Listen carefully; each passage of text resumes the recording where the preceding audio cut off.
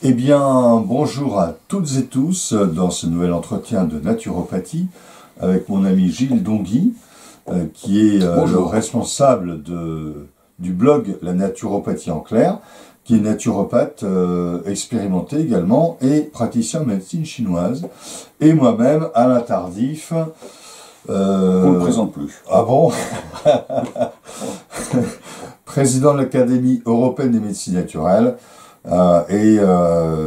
Qui lance une start-up avec des associés d'une nouvelle application de prévention santé qui s'appelle Happy. Eh bien, le sujet du jour, cher Gilles. Oui, cher Alain. C'est le petit déjeuner. Oui. C'est important, hein. Oui, le petit déjeuner, c'est la mise en route de la journée. Et voilà. On dit d'ailleurs que le matin, il faut manger un plat de roi, le midi de prince et le soir de mendiant. Alors, est-ce que c'est vrai? J'en doute beaucoup. Oui, moi aussi. J'en doute beaucoup. Il faut être plus nuancé. Alors, je peux peut-être dire un petit mot là-dessus. Bah, vas-y. Voilà. Effectivement, on a coutume d'entendre cette formule, mais cette formule, elle date de l'après-guerre, en fait. Ce sont les industries des céréales et compagnie qui ont fait passer cette formule, on va dire, dans la société pour promouvoir leurs produits, à manger des céréales le matin, etc. etc. Oui, et puis dans l'après-guerre, on peut dire aussi que les gens sortaient d'une période de disette. Une période de disette, donc il y a une réaction naturelle. Voilà. Ça a été aussi l'époque où on donnait du verre de lait aux enfants à l'école. Oui. Dans les années 50. Dans les années 50, avec Mendes France à l'époque. Oui, oui, tout à fait. Bon. Mais ça n'a aucune base, j'irais presque dire scientifique, et ça n'a pas de base traditionnelle non plus. Alors il faut savoir que même dans certains ouvrages de diététique chinoise, certains auteurs peut-être mal informés ont tendance à reprendre cet adage, mais dans la diététique chinoise fondamentale, il n'est pas du tout question de ça. Le petit déjeuner, du point de vue de cette diététique, il doit être relativement consistant, mais c'est pas le plus important. Le plus important, c'est celui de midi. Voilà. Oui, dans cette optique-là. Voilà. Donc, c'est faux. Maintenant, pour autant, est-ce qu'il faut se priver de petit déjeuner? Là, on rentre dans le jeûne intermittent. Oui, alors ça c'est... Sinon, qu'est-ce qu'il faut manger? Voilà, alors déjà, est-ce qu'il faut prendre un petit déjeuner? Ça se discute, hein. Il y a des gens qui, par habitude, ne mangent pas le matin. Oui. D'ailleurs, moi, ce matin même, je n'ai pas mangé. Tu vas te rattraper. Je me rattraperai ce midi, bien évidemment. Mais certains ne boivent que de l'eau. Certains estiment qu'il faut démarrer par quelque chose de chaud, une boisson chaude, mais ne prennent que ça, un thé ou un café, et rien d'autre. Alors c'est vrai que démarrer par le froid, c'est pas forcément le mieux, notamment parce qu'il faut réveiller la mécanique digestive, et le froid a tendance à anesthésier plutôt la digestion. Mais il y a beaucoup de choses qui se discutent. Dans le cadre d'un jeûne intermittent, on peut sauter le petit déjeuner et manger que à midi. Maintenant, si on prend un petit déjeuner, alors déjà, moi, il y a un truc qui me frappe. Bim! Ça fait pas trop mal, j'espère. Non. Il y a un truc qui me frappe, c'est que la France, le français, c'est peut-être le seul, en Europe en tout cas, et peut-être même dans le monde, qui, au petit déjeuner, mange du pain beurré et confiture et un bol de boisson chaude et rien d'autre quasiment. Si, éventuellement il rajoute un petit jus d'orange. Oui, mais ça c'est la grosse erreur qu'on verra. Oui, bien sûr. Mais en général, la base du petit déjeuner en France, c'est ça. Dans tous les autres pays, il y a du bacon, il peut y avoir des œufs, il peut y avoir de la charcuterie, il peut y avoir du saumon, il peut y avoir de la saucisse, il peut y avoir de l'omelette, il peut y avoir du fromage, il peut y avoir... effectivement, je rebondis sur ce que tu dis. En réalité, d'après la chrononutrition, enfin plutôt la chronobiologie, il semblerait qu'on soit plus apte le matin à consommer du gras. Qu'il soit végétal ou animal, voilà, parce que c'est là où on va sécréter, et puis on va refaire les membranes, etc. On va sécréter les bonnes enzymes pour métaboliser le gras. Donc effectivement, plutôt manger gras et protéiné le matin, c'est certainement plus intéressant que manger glucidique, avec les risques de pic glycémique et insulinique qui s'ensuivent et l'hypoglycémie qui peut ensuite arriver. Voilà, donc ça c'est un premier point. Je crois qu'effectivement en France on fait cette erreur. On mange que du glucide. Bon, après, manger du pain beurré, si avec on mange du gras, Oui, ou des protéines, ça va. c'est jouable. Voilà. D'ailleurs, le pain beurré et le beurre, c'est du gras. Le beurre, c'est du C'est gras. d'ailleurs, en parlant du beurre, Kousmine affirmait que c'était le seul moment de la journée où il fallait manger du beurre. Voilà, du beurre cru, de qualité, en petite quantité, 10 ou 20 grammes maximum. Et là, on a tous les bénéfices du beurre sans les inconvénients. Voilà. Et puis, les protéines du matin, c'est intéressant parce que on verra dans une autre vidéo qu'on fera, un autre entretien sur les associations alimentaires. Il est très intéressant d'associer un féculent, donc comme du pain par exemple, un féculent et une protéine. Voilà. Ça améliore l'assimilation de la protéine. Alors, et ça améliore l'utilisation du féculent destiné à utiliser la protéine. Voilà. D'accord. Bah, c'est vrai qu'on va en reparler, il y a des petites choses à dire aussi quand même. Voilà, tout à fait.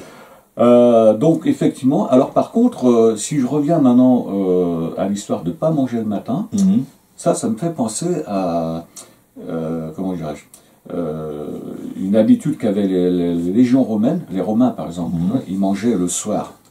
On appelle ça d'ailleurs le régime du guerrier. Ils mangeaient le soir, c'est là qu'ils faisaient le repas le plus important, parce qu'ils avaient le temps ensuite de bien digérer, etc. Et le matin, ils se mettaient en route, ils étaient affûtés pour éventuellement aller au combat ou voilà, se déplacer. Ils mangeaient peut-être 2-3 baies au passage. Ça. Mais voilà, il y a aussi cette notion que finalement, dans certaines approches, vont privilégier le repas du soir. Parce que, effectivement, si on mange trop, par exemple, à midi, l'après-midi, les pots, c'est... Alors, on peut prendre, pour illustrer ce que tu dis... C'est pas forcément le modèle à suivre, mais pour appuyer ce que tu dis, on peut prendre le cas actuel des sportifs de haut niveau. Quelqu'un qui va faire du marathon, et qui va faire un marathon à partir de 8h du matin, 9h du matin. Il va pas manger le matin. Non. Il va manger la veille au soir, un gros plat de pâtes, de féculents et des protéines pour faire ses réserves de glycogène. La nuit, il se repose. Comme dit Kylian Mbappé, on dort bien. Voilà. Et le matin, on n'a pas besoin de remanger puisqu'on a les réserves de glycogène de la veille au soir qui n'auront pas été brûlées pendant le sommeil. Et le matin, la personne est prête pour son épreuve sportive. Ce serait contre-productif, puisqu'il se mettrait à faire du sport pendant la digestion. Oui. Tout à fait une ineptie. Effectivement, on ne peut pas faire de sport pendant la digestion. Donc, en fait, il a ses réserves de la veille qui servent à l'effort physique du matin. Alors, ça paraît contradictoire, parce qu'on dit souvent, oui, alors si on reprend l'adage, le midi, c'est le repas le plus important, le soir, il faut manger léger. Bon, effectivement, si on fait un bon repas à midi, on peut très bien manger effectivement léger le soir, et puis attendre 3 ou 4 heures avant d'aller au lit, parce que si vous couchez en pleine digestion, c'est pas terrible. Et puis pour dormir, c'est pas terrible, il faut manger suffisamment tôt. Voilà. Bon, après, on peut adapter en fonction de... Alors on va reprendre, on va repartir quand même sur le petit déjeuner. Oui, parce que c'est le sujet. Tu me permets. Donc le petit déjeuner...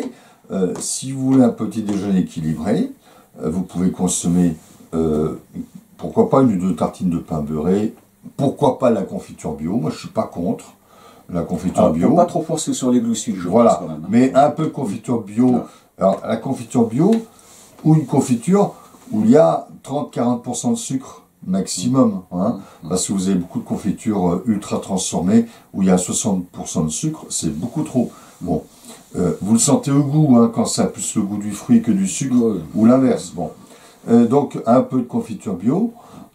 On peut utiliser de la purée de fruits aussi, de la compote de fruits, ça sera moins sucré. Ou d'oléagineux aussi. Alors, des pâtes d'oléagineux, on peut manger des graines d'oléagineux, des noix, des amandes, des noisettes, des graines de courge, etc.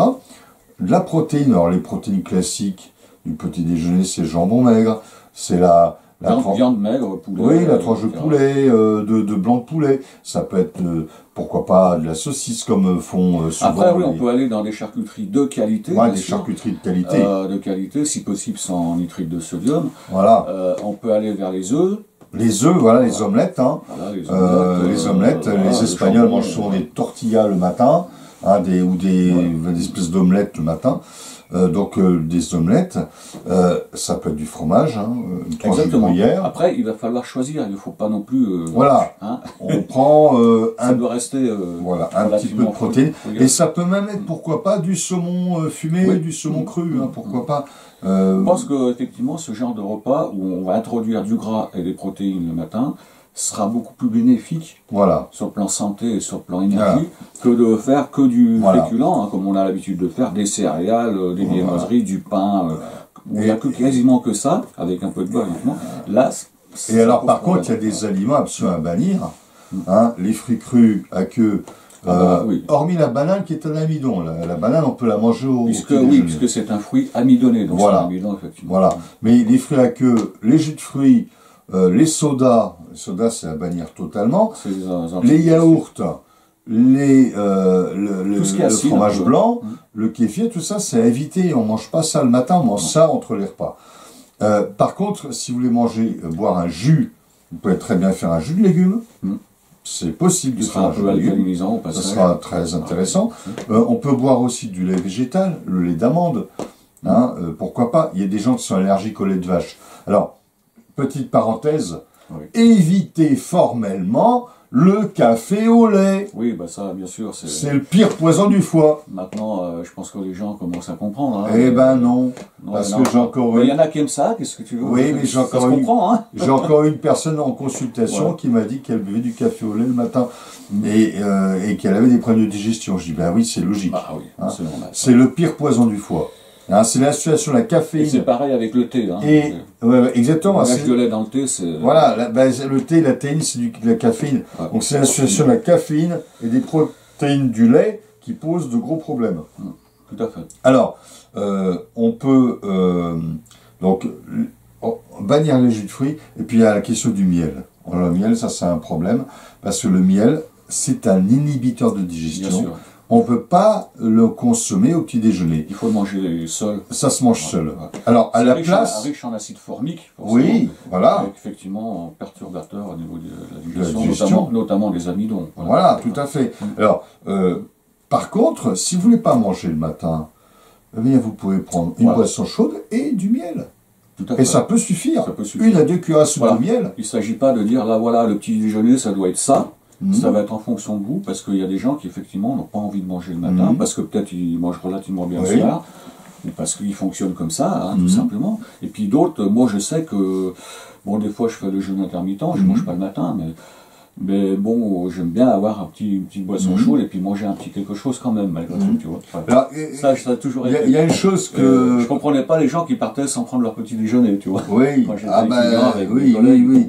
Ben, on dit souvent que c'est vers 11h du matin qu'il y a le plus d'accidents de travail, faute de concentration, et parce que les gens n'ont pas mangé suffisamment le matin. Donc si on a faim, il faut manger, il faut pas... Voilà, bien sûr. Si on fait un jeûne intermittent, on l'a prévu et tout pour justement... Voilà. Alors par contre, il y a aussi les fruits secs. La question des fruits secs, ça évidemment, c'est pas comme les fruits frais. Les fruits secs, on peut les manger au repas, au petit déjeuner.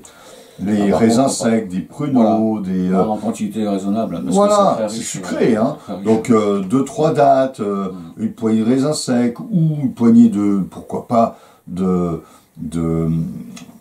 comment ça s'appelle, de canneberge séchée, vous voyez, les rêles séchées, ou le cranberry séché, voilà.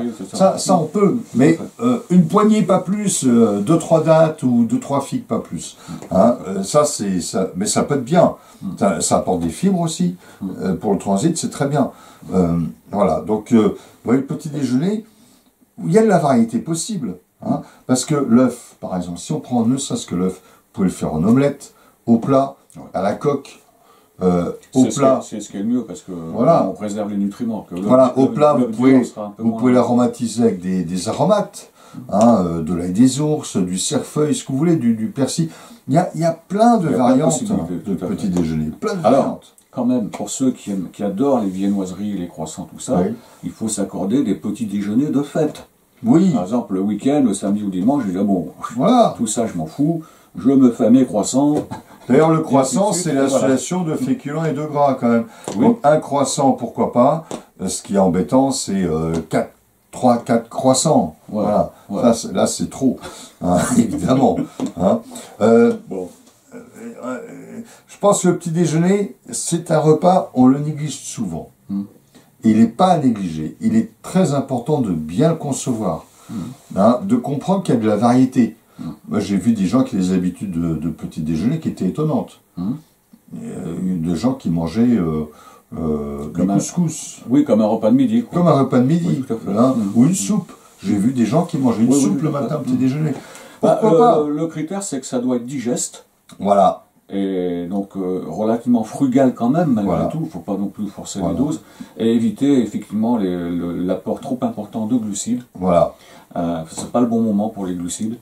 Et puis effectivement les inhibiteurs de digestion sont les Alors ça dépend si on a un métier très physique. Bon, moi je sais par exemple quand je fais dans mes stages botaniques, dans la journée on randonne, on fait de la marche quand même, notamment le matin. Et dans ces périodes-là, je prends un vrai petit déjeuner avec du pain, beurre, confiture, fromage ou un peu de jambon, un peu de fruits secs. Voilà, pour vraiment apporter l'énergie et les protéines.